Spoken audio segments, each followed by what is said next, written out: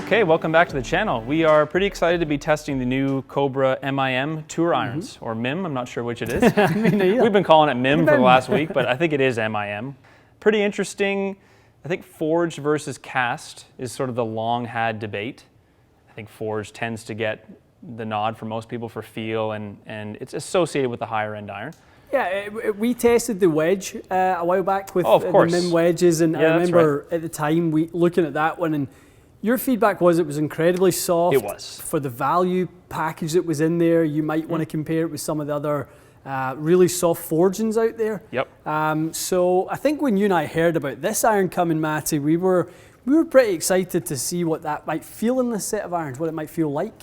I also think that Cobra just had room for this type of iron in their lineup. Yeah. Because you said it quite well. You're thinking, okay, well, this is going to compete with T100, the new Strixon irons, which are ZX7, but it would have been a 785 competitor. Yeah. I know they had those sort of forged cavity, and they came in black, and there was an MB, and they have the new forged tech, which is more like a P790. Yeah, different category. But to me, this is the iron that they didn't really have, which is sort of like a pretty techy player's cavity iron. Yeah, I mean, you called it pretty early on today about it has a lot of the original AP2 look to it. It looks like it. It really does. Even at a dress, I think it, because I had a set of those irons, as you know, and it looked a lot like this. A lot like that. In the dress. The back of it, to me, looks like a 2016 Callaway Apex Pro. Yeah. When you put it down, Matty, it passes the look test. There's very minimal offset on it. Thanks to Cobra, we do have a full set, pitching wedge through 4. Little through the bag test. Pitching wedge 7-iron, 4-iron, and we're going to take a break and hit your 7-iron, your Miura 7-iron side by side. We want to do that. Catch as much as we can acoustically, and obviously you'll tell us feel-wise what you're noticing. Yeah, exactly right. Arcos in there. So yeah, these that's a came big plus. With Arcos grips, which is great. So you know, a partner of Arcos really since inception. The first company to partner with. Were they Arcos. the first, really? Yeah, before Ping, and now obviously TaylorMade as well, and club fitters like ourselves and Cool Clubs, and you're starting to see a Club Champion, obviously we're in there as well. So, you know, everyone's seeing the value of Arcos, and we truly do at TXG. That's where you're going to get the long-term information about the clubs to know whether they're truly right or wrong for you. It's very true. Yeah, it's the best way to track it. Yeah. Okay, well let's get some numbers. We'll hit the pitching wedge first.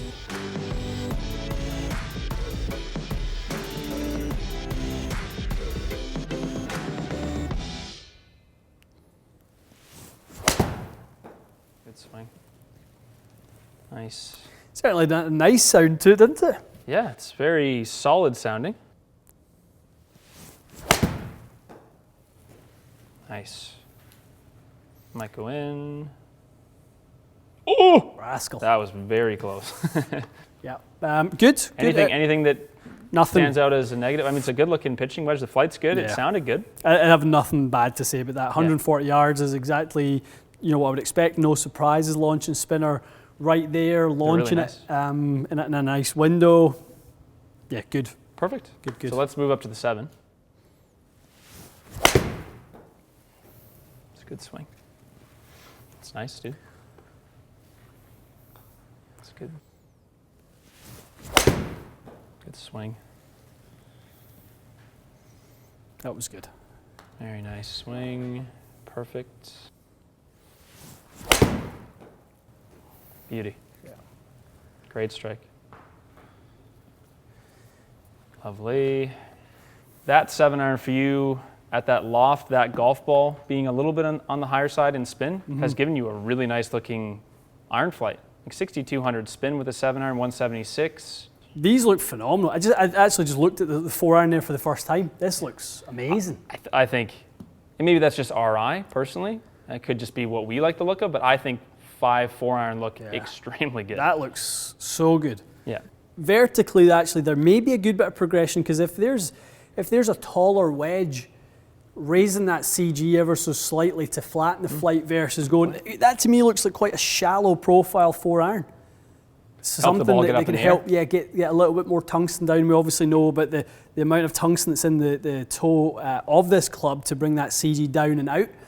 So, I mean, there's every chance that this 4-iron will fly nice and high, as we've seen some other really good ones. I think pick of the bunch for me that caught my eye so far, still the pick is the P770 still the best 4-iron I've hit. You were hitting some great ones with that. Yeah, 120 feet, you know, as the benchmark height. True. So, we'll hopefully look for that same kind of thing. Okay.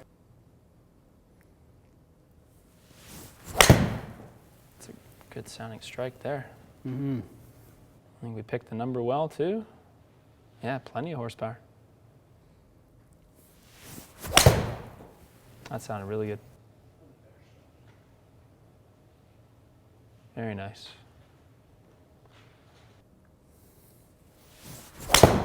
There you go. Good swing, dude. Do it. Good swing. It's labeled as good as it gets. So 4-iron, I actually was quite impressed with that. So 140 miles an hour ball speed, 14 launch, 4,500 spins. So you actually could, if you wanted to, play a different ball in the long irons. Like you wouldn't need the spin to be higher than that. You've actually got a little bit more spin than you need, which is interesting. I don't usually see that with you, period.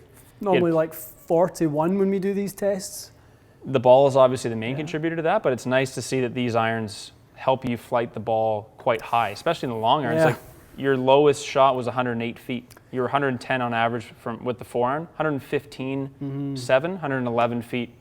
So you basically, pitching wedge, this is the part that I'm assuming you will like, is that something fairly rare has occurred in that the ball flight height from pitching wedge to 4-iron is almost the same.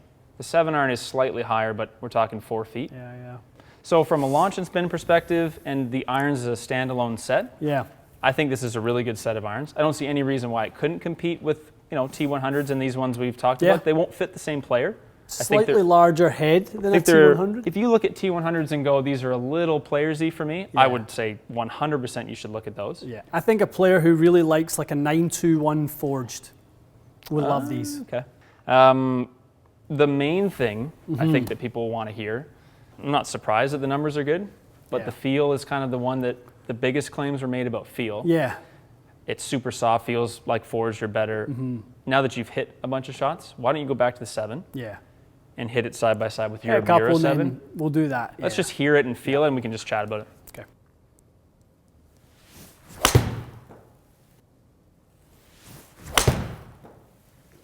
Nice. It is, I mean, it's definitely not firm by any means. No. You have a soft sounding. If you told me they were forged, I would 100% believe it. How was that strike? Yeah, quite similar. Okay. What'd you feel? Like a crispness that I didn't have with the Cobra. So this is the part I find really interesting. We're going to start to separate some things that are going on. So I think sound-wise, just from back here, I don't think yours sounded super soft compared to it, but I know what you're about to say. The duration of time that the iron produces a sound. We talked about this in the driver sound test. There was almost like certain drivers were loud or soft sounding or muted, but it was almost like, how long does that last? And when you say crisp, to me, what I'm hearing, like that would sound to me like the sound of impact is in fact shorter. Shorter and sharper. Yeah. So that's what you're sensing. Definitely. Interesting. And that could be somewhat soul design too, is that fair to say? It's exactly what it feels like. Gotcha. Very nice. My thought would be, is it a Miura soft forging? No. Is it a soft iron that sounds and feels probably at least as good as T100 in these ones? Yeah. Plausible? Yeah. It's very comparable to a T100 product. Okay. In an AP2, we're comparing it to an AP2, so an AP2 is an evolution, a T100 is an evolution of the AP product. So all that makes sense. Maybe comparing it from a softness perspective, you know, we wouldn't do that, but it's also not this type of iron. There's a lot more going on in the sole. Yes. Its effective sole width is very short, narrow in the Miura, which is why I like it a lot more. There is different, I think turf interaction wise, that suits you better. Suits me. There's nothing to say that this wouldn't suit someone else better from a turf interaction standpoint. And that soft feel is to your preference, or traditional feel. And maybe this feel might be for somebody else. Who knows? And there's trade-offs, because this doesn't have tungsten in the sole, it doesn't have it in the toe. Less forgiving. The MOI is no question. It will be lower, even though the head weight will be heavier, which is contributes to the MOI. This will definitely the MIM will be a little bit more forgiving. Yeah, that tungsten weight is no joke. Like, they do it for a reason. Yeah. And on an off-center hit, I'll correct myself. Yeah, off-center hit. On a toe and heel strike, it'll be more forgiving. From a sole perspective, that's that overlooked element that you and I always chat about is how that sole gets through the turf. I love that, because it's really, there's two dimensions to that forgiveness. This way, you might argue the King MIM is more forgiving, but this way, for your golf swing, the turf interaction allows the up and down forgiveness to be a little bit better on that. Yeah, it's quite interesting. It's good. It's good.